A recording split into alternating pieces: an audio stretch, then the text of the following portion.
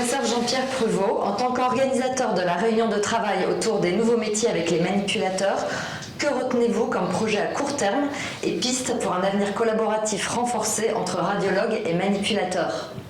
Alors la première piste vraiment pour laquelle il faut trouver une solution, c'est la valorisation de nos partenaires au quotidien, les manipulateurs.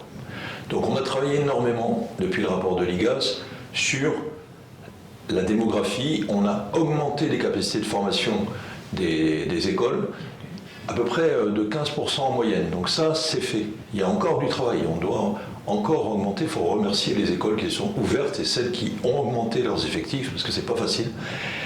Et en même temps, on savait bien que le problème démographique était lié aussi à un problème d'attractivité qui lui-même était lié au fait qu'il fallait valoriser encore mieux nos partenaires, les manipulateurs. Pour cela, une piste intéressante, c'était regarder dans quel secteur, dans quels axes il fallait absolument qu'il y ait quelque chose fait rapidement.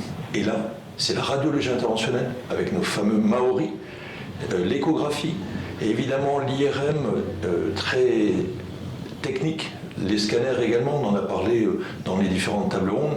Et là, on s'est dit, il faut essayer de trouver une spécialisation. Il y a aussi les possibilités de pratique avancée.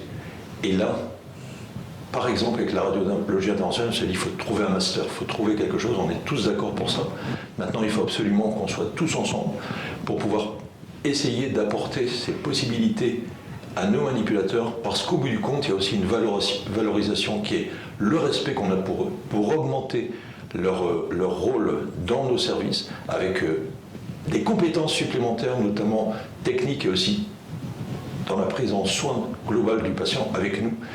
Et la radiologie interventionnelle est un bel exemple parce que je pense qu'il y a en plus, par rapport aux ibodes, une possibilité de valorisation financière, il ne faut pas avoir peur des mots, et faire en sorte qu'on garde au cœur de nos services de radiologie en général et de radiologie interventionnelle en particulier des manipulateurs de grande qualité et que ce soit eux qui soient nos partenaires privilégiés pour évidemment l'avenir qu'on espère le plus fort pour eux, mais surtout parce que c'est notre volonté pour nos patients qui ont bien besoin de la radiologie diagnostique et interventionnelle. Merci beaucoup.